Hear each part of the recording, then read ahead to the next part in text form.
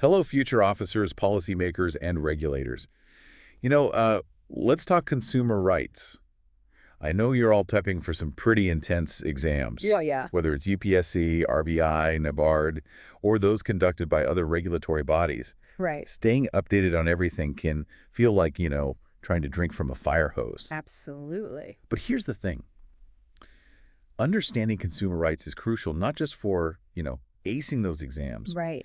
but for shaping a fairer and more transparent marketplace for everyone in India. Absolutely. Today, we're diving deep into some official insights from the Press Information Bureau, Okay. a gold mine of information for anyone serious about public service. For sure. Imagine this. You've just landed your dream government job, and you're tasked with strengthening consumer protection in your district. Right. Where would you even begin? Well, that's where understanding the existing framework comes in. And a good starting point is the Department of Consumer Affairs, or DOCA. They're the driving force behind ensuring a level playing field for consumers and businesses in India. Okay, so DOCA is like the central command for consumer rights. Yes. But how do they actually make things happen? It's not like they can just snap their fingers and magically make every retailer play fair, right? Right. They implement several key acts. Think of them as their tools for shaping consumer policy. Yep. We've got the Consumer Protection Act of 2019, the Bureau of Indian Standards Act of 2016, and the Legal Metrology Act of 2009. Okay. Each one tackles a different aspect of consumer protection.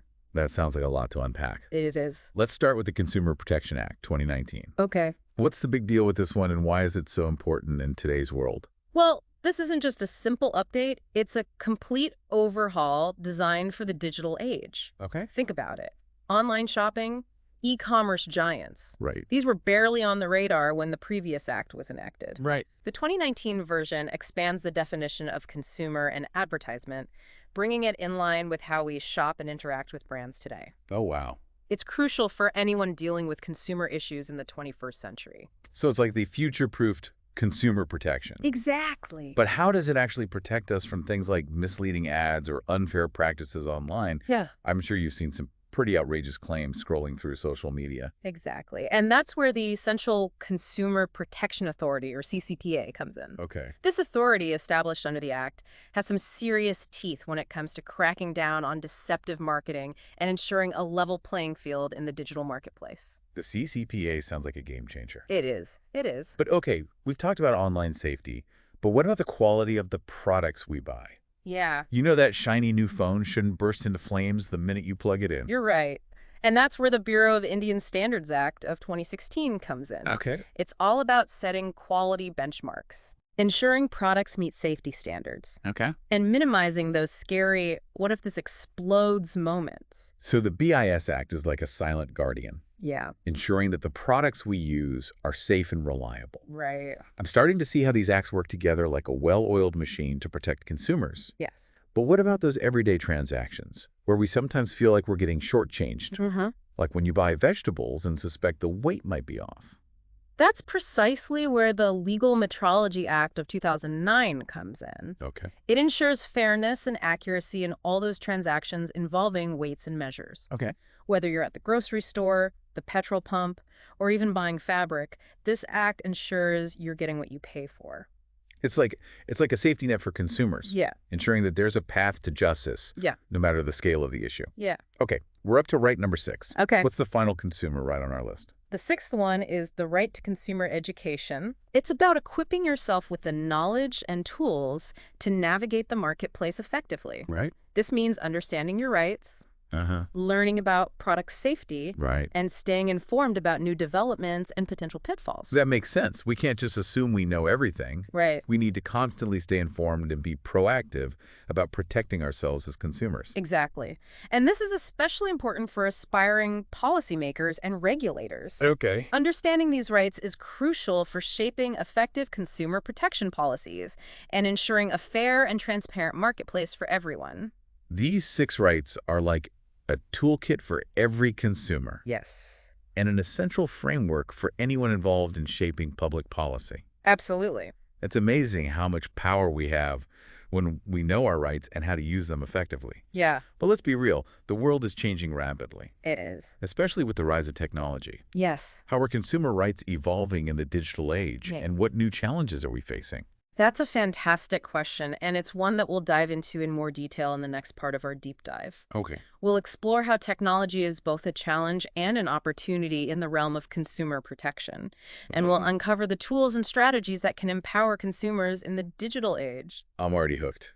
This is going to be a fascinating exploration. It is, and it's essential knowledge for anyone who wants to make a real difference in the world, especially those who are preparing for a future in public service. So if you're ready to unlock the secrets of consumer protection in the digital age, join us for the next part of our deep dive.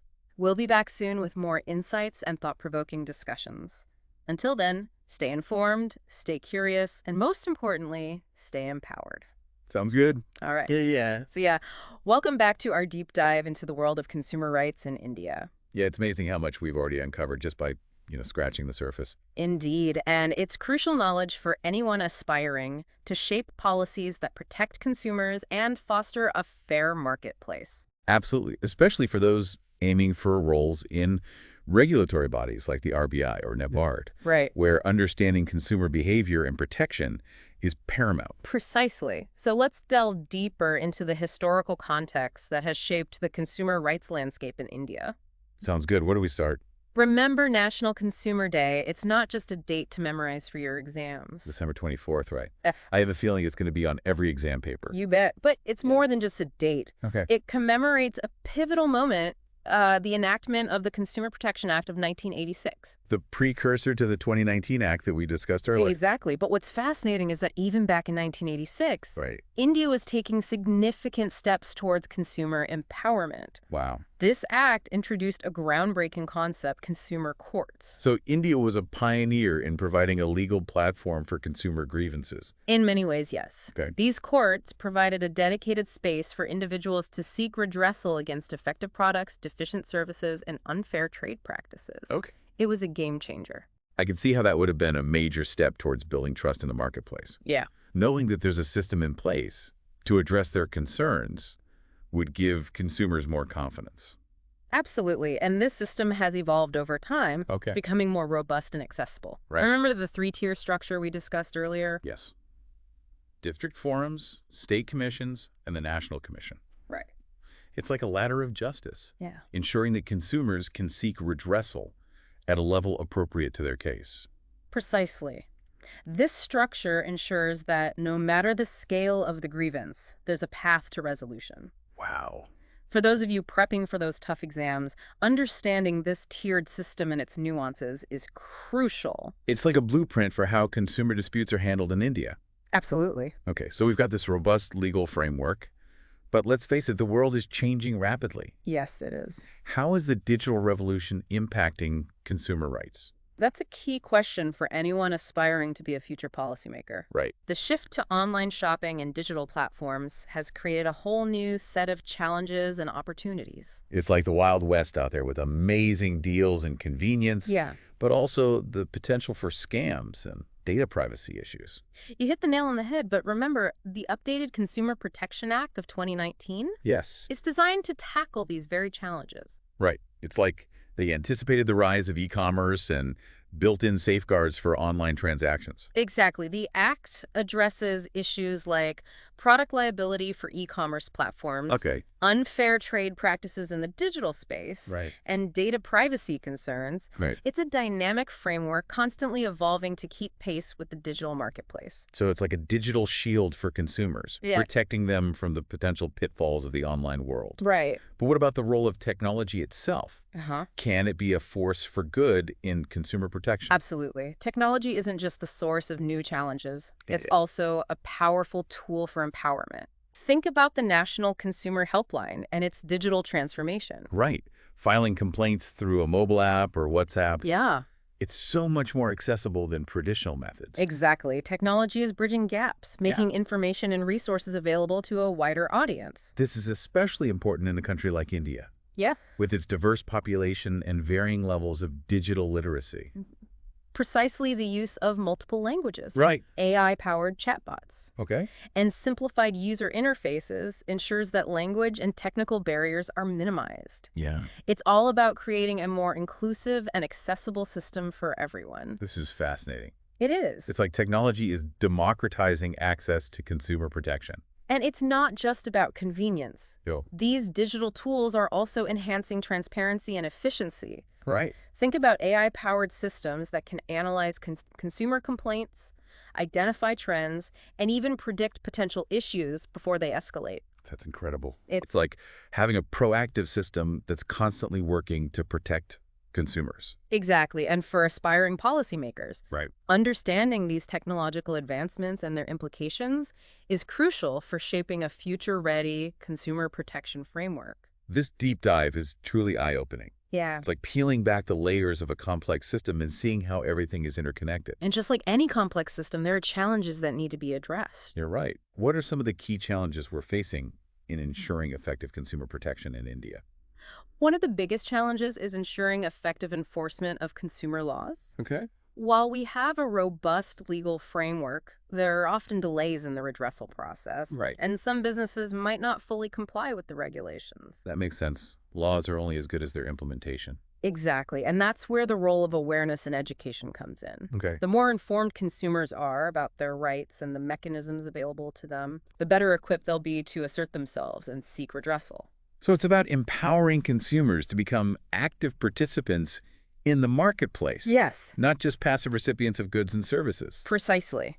And this empowerment can lead to greater accountability from businesses. Okay. When consumers know their rights and are willing to exercise them, Uh-huh. businesses are more likely to comply with the regulations. It's a cycle of positive reinforcement. Yeah. Informed consumers drive responsible business practices, Mhm. which in turn creates a more consumer-centric marketplace. Exactly. And for those of you aiming to shape policy, Right. understanding this dynamic is crucial. Okay. It's about creating a system that empowers consumers and encourages businesses to prioritize ethical practices. This deep dive is turning out to be incredibly insightful. Yeah. It's like we're piecing together a puzzle. Yeah. Understanding the complexities of consumer rights in India, from its historical roots to the digital revolution. And just like a puzzle, every piece is crucial. The historical context, the legal framework, the technological advancements, and the human element, they all contribute to the bigger picture. Speaking of the human element, let's talk about the role of consumer organizations in India. Sure. I mean, they play a crucial role in advocating for consumer rights, don't they? Absolutely. Consumer organizations act as watchdogs, monitoring the marketplace, conducting research, raising awareness, and providing support to consumers. It's like having an army of consumer champions fighting for our rights. In a way, yes, they play a crucial role in holding businesses accountable and ensuring that consumer interests are protected. Can you give us some examples of prominent consumer organizations in India? I'm sure this would be valuable information for those tackling those exam questions. Certainly, we have organizations like the Consumer Guidance Society of India, CGSI, the Consumer Unity and Trust Society, CUTS, and the Voluntary Organization in Interest of Consumer Education, VOI, to name a few.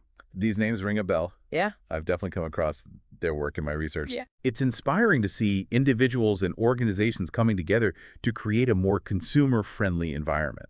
And this collective effort is essential for driving positive change. Right. It's not just about laws and regulations, it's about creating a culture where consumer rights are respected and upheld. I love that. It's about creating a society where businesses and consumers can thrive together Yeah. based on mutual trust and fairness. Exactly. And for those aspiring to lead and shape policies, Right. understanding the role of these organizations and fostering collaboration is key. This deep dive has been incredibly enriching. It has. I feel like I've gained a much deeper understanding of consumer rights in India. And we're about to enter a whole new dimension in our next segment. Oh, I'm intrigued. What's next on our agenda? We're going to explore the evolving landscape of consumer rights, Okay. focusing on the impact of e-commerce, digital platforms, and globalization. This is going to be fascinating, Yeah. especially for those of us who are preparing for government exams. Yeah, Understanding these evolving dynamics is crucial. absolutely. So if you're ready to dive deeper into the future of consumer rights, stay tuned for the final part of our deep dive. We'll be back soon with more insights and thought-provoking discussions. Until then, keep those consumer instincts sharp. Welcome back to the final part of our deep dive into the world of consumer rights. It's been quite a journey, wouldn't you say? It has. We've gone from the historical foundations to the digital frontiers, uncovering a wealth of knowledge along the way. And now we're stepping into the future, ready to tackle the evolving landscape of consumer rights in the digital age. I'm ready to explore this uncharted territory. But before we get ahead of ourselves, let's talk about the elephant in the room. E-commerce. Or- It's completely transformed the way we shop, hasn't it? Absolutely. It's revolutionized the marketplace, offering incredible convenience and a world of options at our fingertips. Right. But with this convenience come new challenges for consumer protection. Okay. We're now dealing with online scams, data privacy issues, and even the potential for unfair algorithms that can influence our choices. It's a whole new set of consumer rights puzzles waiting to be solved. Yeah. So how do we ensure that consumers are protected in this rapidly evolving digital space? That's where a solid understanding of the legal framework becomes even more crucial. Okay. And remember that updated Consumer Protection Act of 2019 we discussed earlier Yes. is a real game changer in the digital realm. It's like they anticipated the rise of e-commerce and Yeah. built in safeguards specifically for online transactions. Exactly. The Act addresses key issues like product liability for e-commerce platforms, All right. unfair trade practices in the digital space, Okay. and the protection of consumer data. Right. It's a comprehensive framework designed to keep pace with the ever-changing online marketplace. So for those aspiring to work in regulatory bodies like the RBI or SEBI, Yeah, understanding this act is like having a cheat sheet for tackling the complexities of e-commerce. precisely. And it's not just about understanding the act itself, but also about how it's being implemented and enforced in the real world. For instance, the CCPA has been actively taking on misleading advertisements and unfair practices on e-commerce platforms. They're like the digital sheriffs, Yeah, ensuring a fair and transparent online shopping experience. right. But what about data privacy? I mean, it's a major concern for many online shoppers, Sure. myself included. You're right to be concerned. The amount of data collected by e-commerce companies and digital platforms is staggering. Right. And it's crucial to protect this information from misuse. Yeah. That's where the Personal Data Protection Bill comes into play. Yes. This bill has been making headlines. It has. It's all about giving individuals greater control over their personal data Right. and regulating how companies collect, store, and use that information, right? Exactly. It's a crucial piece of legislation that aims to strike a balance between fostering innovation and safeguarding individual rights. This is super relevant for anyone prepping for government exams. Yeah. Understanding the nuances of this bill, its potential impact, and even the debates surrounding it could be a real advantage. Absolutely. It's a hot topic that reflects the evolving landscape of consumer rights in the digital age. Okay, so we've got the legal framework evolving to protect us in the digital realm. Right. But what about the role of technology itself? Can it be a force for good in consumer protection? Absolutely. Technology isn't just the source of new challenges. Okay. It's also a powerful tool for empowerment. Okay. Think about AI-powered chatbots that provide instant support and guidance on consumer issues. That's a great example. I've used those before on some websites. Yeah, And it's so much faster than waiting on hold for customer service. exactly. And it's not just about convenience. Okay. AI can also be used to analyze consumer complaints, Right. identify trends, and even predict potential issues before they escalate. Wow. So technology can help us be more proactive in protecting consumers. Precisely. It's like having a digital guardian angel watching over our rights in the online world. I like that. Okay, let's shift gears for a moment and talk about globalization. All It right. shrunk the world, making it easier to buy products from almost anywhere. Yeah. But how has this impacted consumer rights in India? Globalization has been a double-edged sword. Okay. On one hand, it's brought us greater choice and access to a wider range of products and services, Hey. but it's also made things more complex when it comes to consumer protection. I can see that we're now dealing with multinational corporations, Right. cross-border transactions, Yeah. and a whole new layer of regulations and standards. Exactly. And this is where international cooperation and collaboration become crucial. Okay. Organizations like the United Nations Conference on Trade and Development, UNCTAD, are working to harmonize consumer protection standards globally, All right. creating a more level playing field for consumers worldwide. So it's like a global movement for consumer empowerment. That's pretty inspiring. Feels like we're at a turning point where consumers are becoming more aware and assertive of their rights. We are, and this shift in consumer consciousness is driving positive change, forcing businesses to prioritize ethical practices and consumer-centric approaches. This deep dive has been an incredible journey. We've covered so much ground, from the historical evolution of consumer rights in India to the challenges and opportunities of the digital age and globalization. It has been an insightful exploration